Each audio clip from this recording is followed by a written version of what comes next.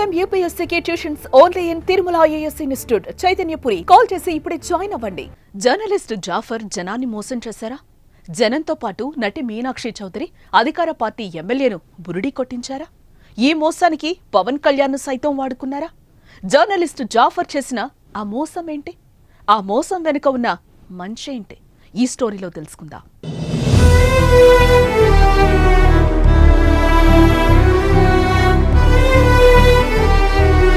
సమాజంలో మార్పులు తెచ్చేది జర్నలిస్టులు. ప్రజా సమస్యలను ప్రభుత్వం దృష్టికి తెచ్చేందుకు ఎన్నో ప్రయత్నాలు చేస్తూ ఉంటారు. జర్నలిస్టు జాఫర్ అలాంటి ఒక అద్భుతమైన ప్రయోగం చేశారు. ఓ గ్రామానికి హీరోయిన్ వస్తుందని వారి దృష్టిని ఆకర్షించాడు. నిజానికి అలా వారందరినీ మోసం చేశాడు. కానీ వారి మనసు గెలుచుకున్నాడు. గ్రామంలో ఏళ్ల నాటి నుంచి విజృంభిస్తున్న సమస్య పరిష్కారం కోసం ఆయన చేసిన ప్రయత్నంతో వారి మనసును హత్తుకునేలా చేసింది. అసలు జాఫర్ ఏం చేశాడో, అక్కడున్న సమస్య ఏంటి?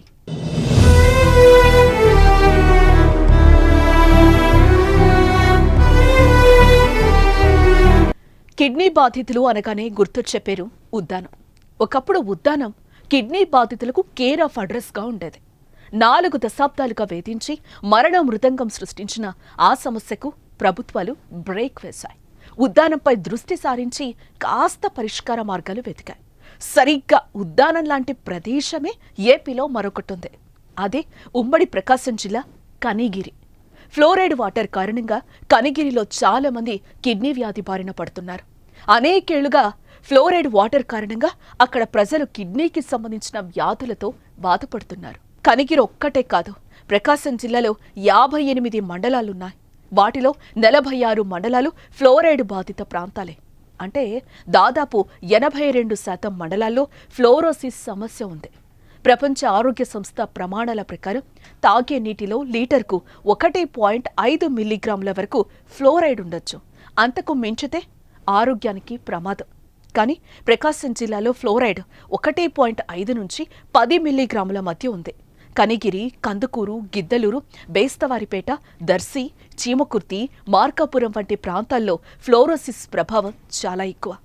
ఏ విషయాన్ని ప్రభుత్వం దృష్టికి తీసుకొచ్చి జర్నలిస్టు జాఫర్ అద్భుతమైన ప్రయోగమే చేశారు.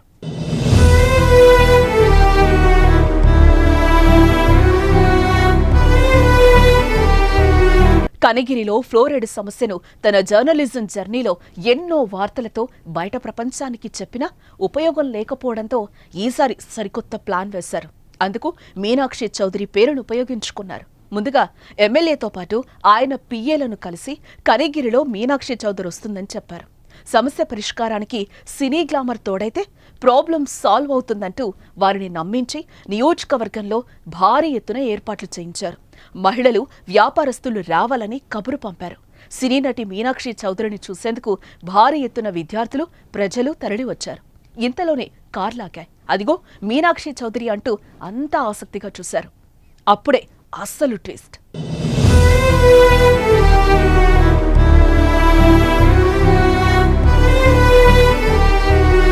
కారు నుంచి మీనాక్షి చౌదరి దిగుతుందని అంతా అనుకున్నారు.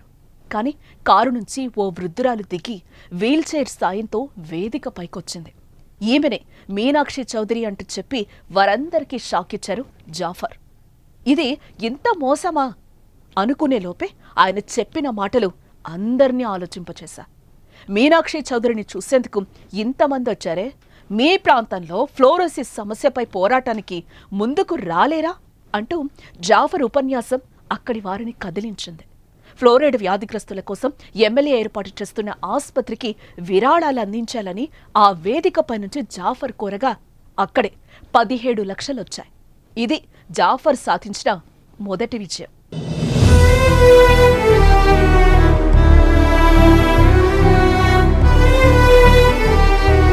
కానీ 17 లక్షలతో సమస్య తీరిపోతుందా? అస్సలు తీరదు. ఆసుపత్రి కోసం ఇంకా చాలా లక్షలు కావాలి. దాంతోపాటు సమస్యకు శాశ్వత పరిష్కారం దొరకాలి. ఆ పరిష్కారం ఎలా దొరుకుతుందో కూడా జాఫర్ క్లుప్తంగా వివరించారు.